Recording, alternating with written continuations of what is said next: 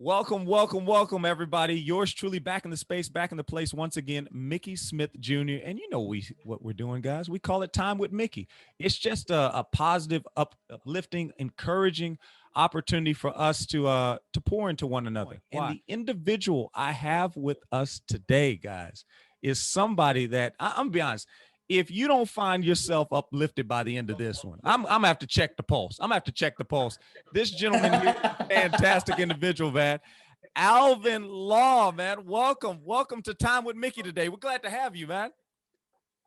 Glad to have you. And in case anybody wonders what the heck I'm doing, I don't have any arms, so I got to give the old foot wave. There you go. Hey, in Louisiana, because for those who are watching, I'm from the Bayou State. I'm from the bottom of the boot. Now I'm way down south, guys. And I'm gonna tell you this: when somebody does a good job with something, particularly in the kitchen, okay, we got a saying down here. We say they put their foot in it. So I'm gonna tell you, man. Like Alvin, I think like in life. I can see that, man. You put your foot in life, man. You put your foot in it. That means you put the best in it. And for our audience that's here today, I just kind of want to just relinquish a little bit and allow you to share with us a little bit of your story, man. Tell us about yourself, man. Tell us about this. You know, like you said, you address the obvious, but I think you're addressing the significant too. There's such significance in who you are, man. Talk to us a little bit. Okay, well, first of all, Mickey, I am honored to be with you today. I've done on account, I think I'm keeping track now. This will make around number 75 or 76 of the podcasts I've done since March. Wow. I am a professional speaker by trade. I am basically been earning my living on stage as a speaker and performer since 1988. But I took to the stage the first time in 1981, when I was a disc jockey at a classic vinyl rock and roll station in a little town in Canada. Now, you got to be real careful when you say this word when Americans hear it, because it's actually pronounced properly when I say Regina. Whoa. Regina, Saskatchewan. I know. The first time that I was in a school in Baltimore, Maryland, speaking to an all-black school, and I hope that isn't inappropriate to tell you, because it's very important.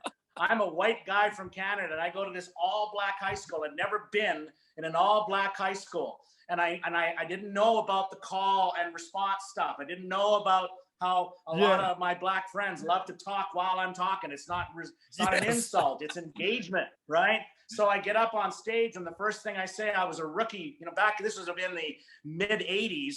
I said, hello, my name is Alvin Law, and I'm from Regina. And everyone started laughing because I didn't realize what I was supposed to be not funny, but they started laughing. And I went, why is that funny? I said, I was from Regina. Big kid in the front row says, aren't we all, brother? Yeah. I love it. Anyway, Regina, Saskatchewan is the capital of the province of Saskatchewan in Canada. I live in Calgary, Alberta now. So we're in the Olympic city of 1988, where they had the Winter Olympics. But I was in this radio station as a very successful disc jockey because that was my first career of choice. All right. I can get into more of the details as we go through the interview, but I was a very successful personality. 1981 was the International Year of Disabled Persons. Okay. So that year, if you had a story to tell, you had a venue. And as a public person, I got lots of opportunities to share my story, to the point where I realized I don't need this radio gig anymore. I'm going to go out and be a speaker and an advocate for people with disability. Now, this is not a brag fest. You know that. I'm a humble guy, especially because I'm Canadian. But up on the wall behind me there is a portrait. It says 2018 Canadian Disability Hall of Fame. Wow. I made the Hall of Fame in 2018, being recognized for a career and lifetime spent advocating for people with special needs, but more than anything, and this is the line I love, for dignity while living the life you've been given. But in 1971, my mom gets a phone call. This is a great story, man. The call goes like this. Hello, Mrs. Law. My name is Blaine McClary. I'm the band director for the Yorkton School Band Programs. Do you have a son named Alvin? Yes, we do. Does Alvin have a talent for music that you're aware of? Oh, he loves music. We're not sure if he's talented or not. Sir, why are you calling? Well, Mrs. Law, all 11-year-olds in Yorkton have to take a music aptitude test. And your son got 96%. Wow. Yeah. So we'd like to invite him to join the school band.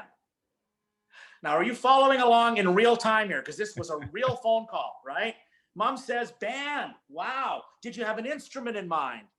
The guy goes, well, Mrs. Law, you know, I normally don't do this, but with that kind of talent, why don't you just bring him up to the school? He can pick any instrument he wants. Mom says, this is incredible. I can't wait to tell him the good news. He's at school right now. Yeah, Mrs. Law, that's why I'm calling you at home. I need your permission. Well, you have my permission, but I got a really important question for you, sir. Go ahead, Mrs. Law. Have you met him? Yeah.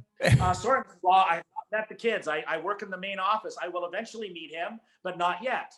Well, Mr. McClary, kind of an important time to tell you this. She said this. Alvin sort of has no arms. Sort of has no arms. Guess what he says? Are you kidding? Mom goes, no, I'm not kidding. He was born that way. Mom said the conversation tone shifted 180 degrees. Mm-hmm. Mr. McClary was a fine man, but he said, well, Mrs. Law, I wish I would have known that. I feel embarrassed right now because there's no way we can put a young man or a woman in the band without arms. I'm sorry to tell you that. Don't tell Alvin this. I don't want to hurt his feelings. Sure. Have a nice day. Bye. That was the call. Wow. So now I have a question for everybody watching this. If you're a music educator, bonus. What would you do? Now, this is a bait question. You know where I'm going with this, right? But don't get ahead of me. What would you do? See, it occurs to me education is an extremely important thing to get. But most of education is really boring for students. It may be boring for teachers too, math and spelling and history and geography and blah, blah, blah. But the fact of the matter is, I think the end of this story is going to be the crowning moment of what I believe is what you're trying to do during COVID, okay? I walk in the house 6 weeks later. My mom is beaming. She had a great smile, ugly teeth, great smile. She said, honey, you are not going to believe this. You're going to be in the school band. Yeah. So we get in the car and we drive to the high school. And in the 10 minutes it took to get there, she explained the first phone call, how she told him I had no arms and how he hung up. And then she explained how he called back that morning, that they'd come up with something that I could play. So I went to the school and I met Mr. McClary. By the way, it's going to get poetic now. My personal feeling is band and music directors are angels on earth. Yeah. They don't have the wings. They don't have the halo. They are living angels on earth. Every one of you, you're a living angel on earth. God bless you. I met this guy that just lit me up, you know, but he wasn't happy. He was really intense, but there was something about him I liked. I couldn't figure it out. We go to the back of the school where they taught the trades, into the room where they taught construction. And I'm going to move my chair back right now. And I'm going to sit on the stool here.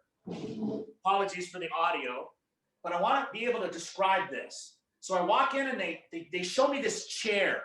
The right arm had been sawed off. The left arm had a metal rod bolted to the side with a big clamp welded on the top, and it was lined with felt. On the back was another rod and clamp, and on the floor was a long black leather case. Mr. McClary sits me in the chair, opens up the case, takes out put together, and inserts in these clamps a trombone. Yeah.